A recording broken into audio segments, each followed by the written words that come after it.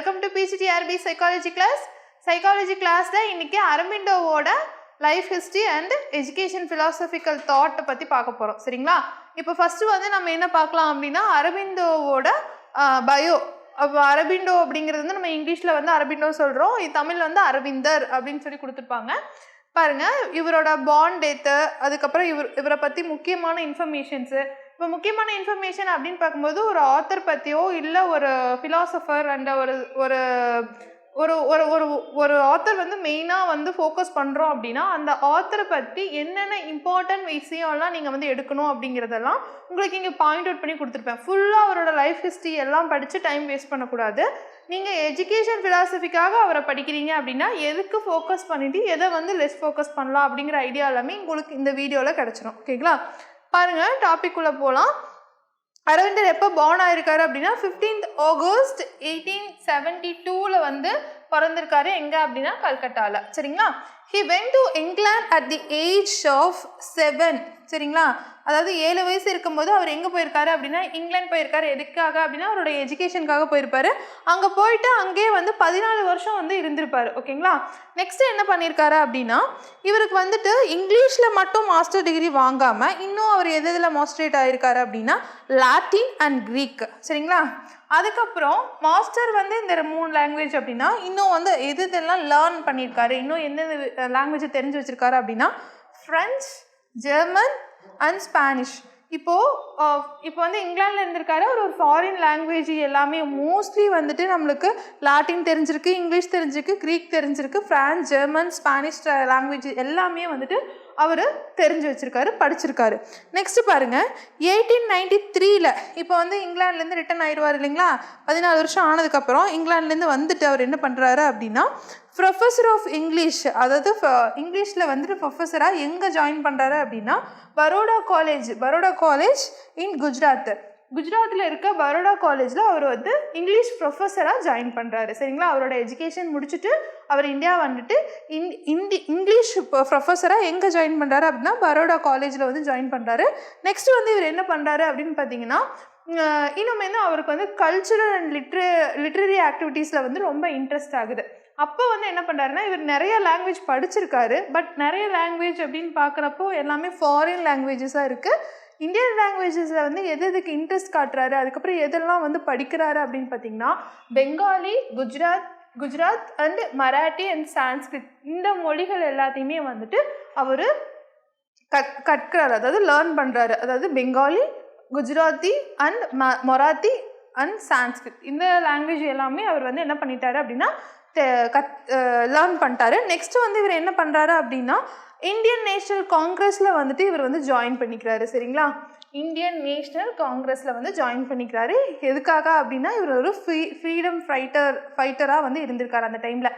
ஏன்னா அவரோட ஏஜ் பார்த்திங்கன்னா பிஃபோர் இண்டிபெண்டன்ட் தான் இல்லைங்களா? நம்மளுக்கு அப்போது இண்டிபெண்டன்ட் இல்லை, பிஃபோர் இண்டிபெண்டன்ட் அப்படிங்கிறது அவரும் ஒரு ஃப்ரீடம் ஃபைட்டராக வந்துட்டு பார்ட்டிசிபேட் பண்ணியிருக்காரு. நெக்ஸ்ட் பாருங்கள், இவரை வந்து என்னவா வந்து பிரிட்டிஷ் கவர்மெண்ட் கன்சிடர் பண்ணுறாங்க அப்படின்னா இவர் வந்து ஒரு மோஸ்ட் டேஞ்சரஸ் லீடர் அப்படின்னு சொல்லிட்டு இவரை வந்து கன்சிடர் பண்ணுறாங்க. யாரை? அரபிண்டோவை வந்துட்டு மோஸ்ட் டேஞ்சரஸ் லீடர்ஸ் அப்படின்னு சொல்லிட்டு பிரிட்டிஷ் கவர்மெண்ட் வந்துட்டு இவரை வந்து கன்சிடர் பண்ணுறாங்க. நெக்ஸ்ட் பாருங்கள், 1908 வந்து இவர் என்ன பண்ணியிருக்காங்க அப்படின்னா இவரை வந்து ஜெயிலுக்கு அனுப்பியிருக்காங்க. எதுக்காக அப்படின்னா ஆலிப்பூர் பாம் கேஸ்க்காக. ஆலிப்பூர் பாம் கேஸ் அப்படிங்கிறது வந்துட்டு அந்த டைமில் வந்துட்டு இவங்க எல்லாம் சேர்ந்து ஒரு இஷ்யூ நடந்திருக்கும். பிரிட்டிஷ் கவர்மெண்ட்டுக்கும் ஆப்போசிட்டாக இவங்க ஒரு வார் மாதிரி ஒரு விஷயம் பண்ணியிருப்பாங்க. அந்த வார்க்காக இவரை வந்து அரெஸ்ட் பண்ணியிருப்பாங்க. அது எப்போ அரெஸ்ட் பண்ணியிருக்காங்க அப்படின்னா 1908. இப்போ இந்த விஷயத்துக்கு ஏன் நம்ம இம்பார்ட்டன்ட் கொடுக்குறோம் அப்படின்னா ஆஃப்டர் இவர் வந்து ஜெயிலுக்கு போனதுக்கு அப்புறம் தான் இவரோட தாட்ஸு, இவரோட பிஹேவியர்ஸ் எல்லாத்துலேயும் கொஞ்சம் சேஞ்சஸ் நடக்குது.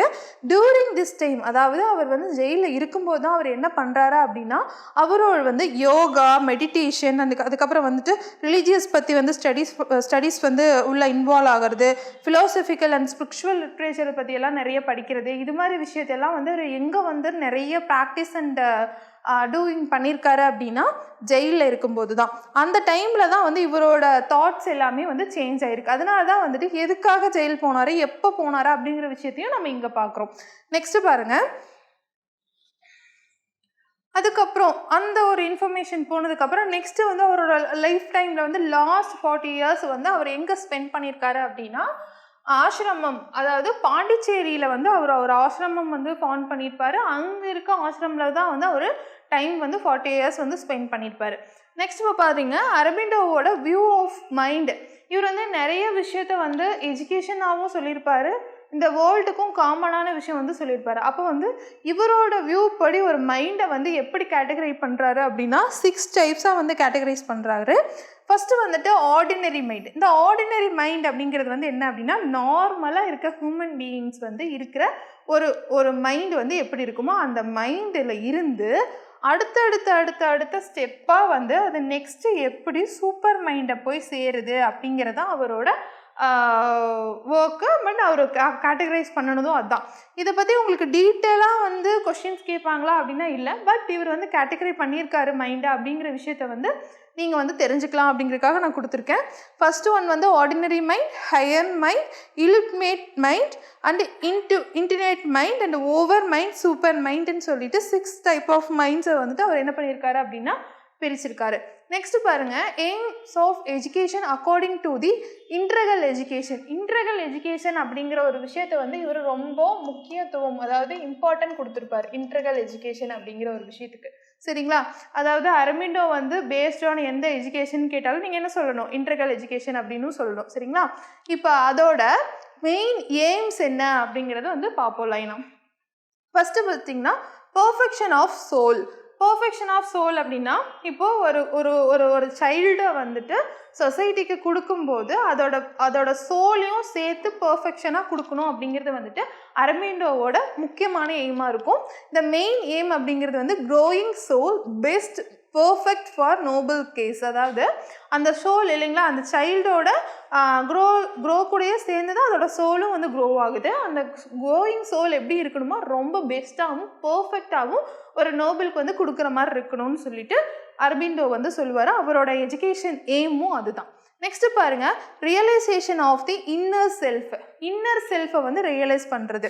இன்னர் செல்ஃபை வந்து ரியலைஸ் பண்ணுறது வந்து அவர் வந்து என்னன்னு சொல்கிறாரு அப்படின்னா பார்ட் ஆஃப் தி யூனிவர்சல் கன்சென்சன்ஸ் சொல்கிறாரு.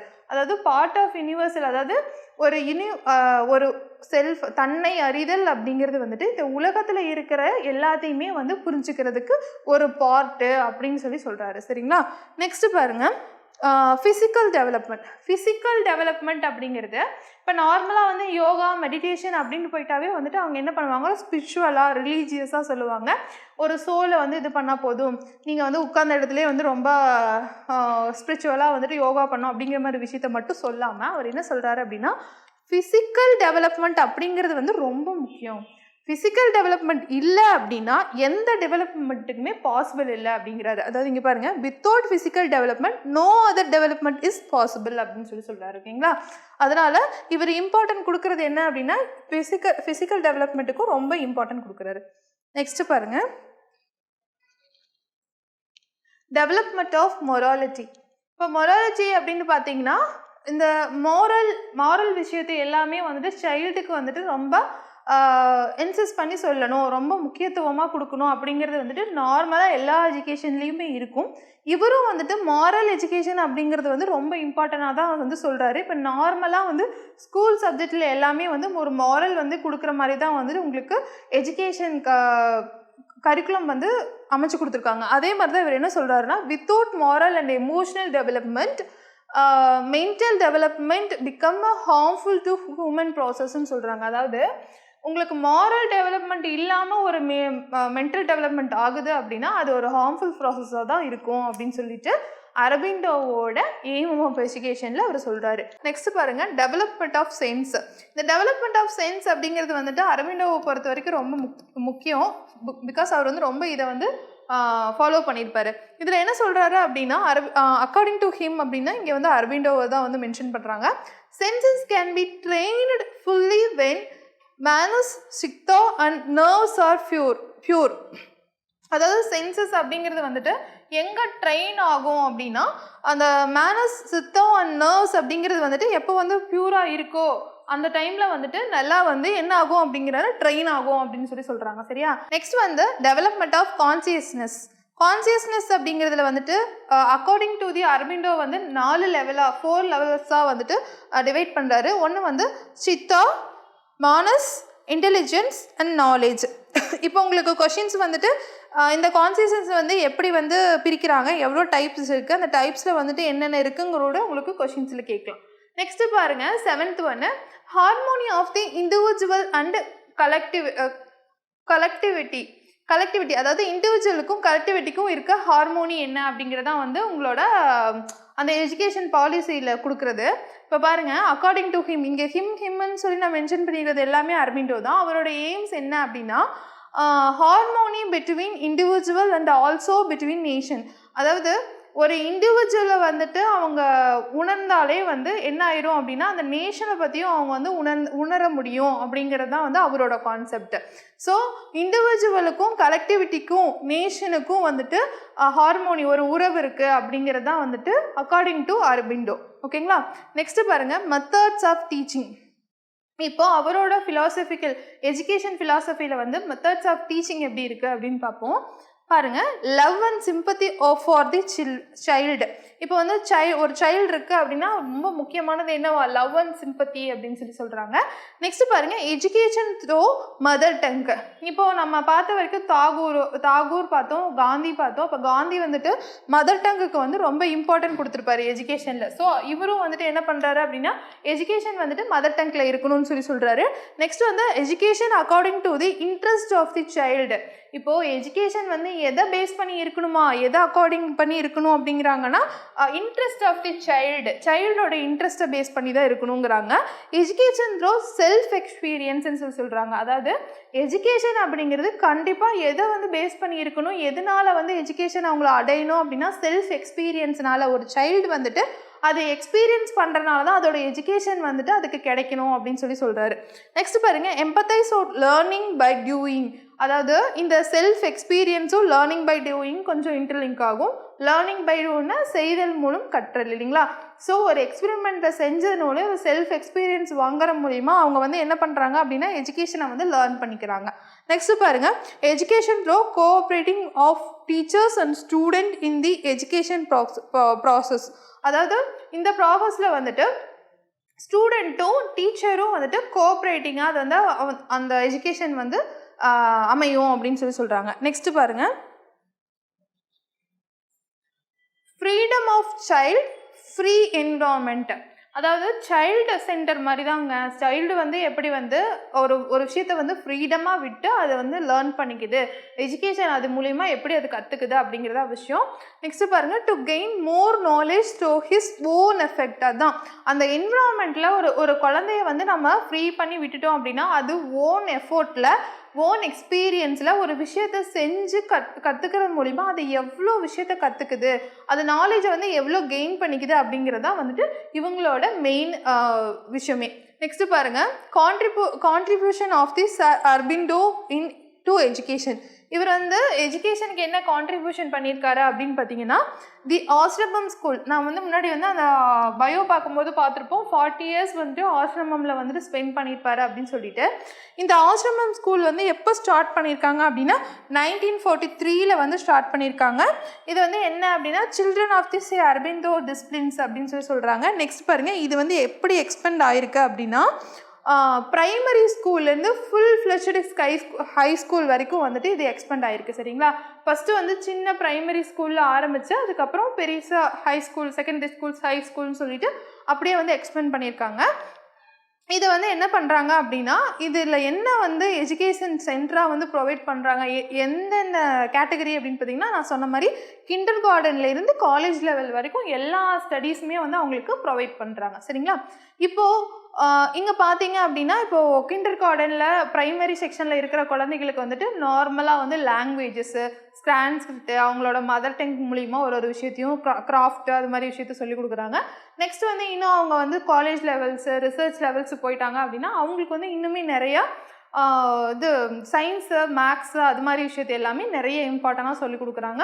இன்னும் அதுவும் இல்லாமல் இந்த பெயிண்டிங்கு, பாட்டரிங்கு அது மாதிரி விஷயங்கள் எல்லாமே வந்துட்டு இந்த டைப் ஆஃப் எஜுகேஷனில் வந்து அவங்க ப்ரொவைட் பண்ணுறாங்க. சரிங்களா? அடுத்து வந்து இவரோட principles of teaching and learning. இப்போது அரபிண்டோவோட ஃபஸ்ட்டு பிரின்சிபல் எது, அவரோட மெயின் பிரின்சிபல் என்ன அப்படின்னு கேட்டாவே இதுதான். உங்களுக்கு வந்து அரபிண்டோவோட எஜுகேஷன் பிரின்சிபல் என்ன அப்படின்னு கேட்டாவே நீங்கள் என்ன எழுதணும்னா, nothing can be taught but everything can be learned. அதாவது என்ன சொல்கிறாங்க அப்படின்னா, எந்த ஒரு விஷயத்தையுமே வந்து ஃபுல்லாக கற்பிக்க முடியாது, பட் அந்த விஷயம் வேணும்னு அந்த குழந்தை நினைக்குது அப்படின்னா அதனால வந்து அதைய உள்வாங்கிக்க முடியும் அப்படின்னு சொல்கிறாங்க. எல்லா விஷயத்தையும் ஒரு டீச்சர்னால் கொடுக்க முடியாது, பட் அந்த குழந்தைக்கு என்ன வேணுங்கிறத குழந்தை நினச்சா எல்லாத்தையும் ஏர்ன் பண்ணிக்க முடியும் அப்படிங்கிறது தான் வந்து இந்த கான்செப்ட்டு. இது வந்து ரொம்ப இம்பார்ட்டன்ட். இந்த தாட்டை கொடுத்து, இந்த கொட்டேஷனை கொடுத்து கேட்டாலும் நீங்கள் அரபிண்டோன்னு எழுதிடலாம். அவரோட ஃபஸ்ட்டு பிரின்சிபல் என்னன்னு கேட்டாலும் நீங்கள் வந்துட்டு இந்த பிரின்சிபலை சொல்லிடலாம். நெக்ஸ்ட் இந்த லாஸ்ட் வந்து அவரோட எப்போ டைட் ஆகிருக்காரு அப்படின்னா 5th December 1950 வந்து டைட் ஆகிருக்காரு. தேங்க்யூ. டிஎன்பிஎஸ்சி டெட் நியமன தேர்வு, PC, SI, TRB, agri, forest, railway போன்ற அனைத்து போட்டித் தேர்வுகளுக்கும் நேரடி மற்றும் ஆன்லைன் வகுப்புகள் ஆரம்பம். அனைத்து போட்டித் தேர்வுகளுக்கும் ஸ்டடி மெட்டீரியல் கிடைக்கும். நேரடி மற்றும் போஸ்டல் டெஸ்ட் பேட்ச் வசதியும் உண்டு. தொடர்புக்கு future vision study centre, Salem. Contact 9042030163. Future Vision Study Center, SKS Hospital Road, opposite to Hotel Lakshmi Prakash, near New Bus Stand, Salem. Cell 90420 30163.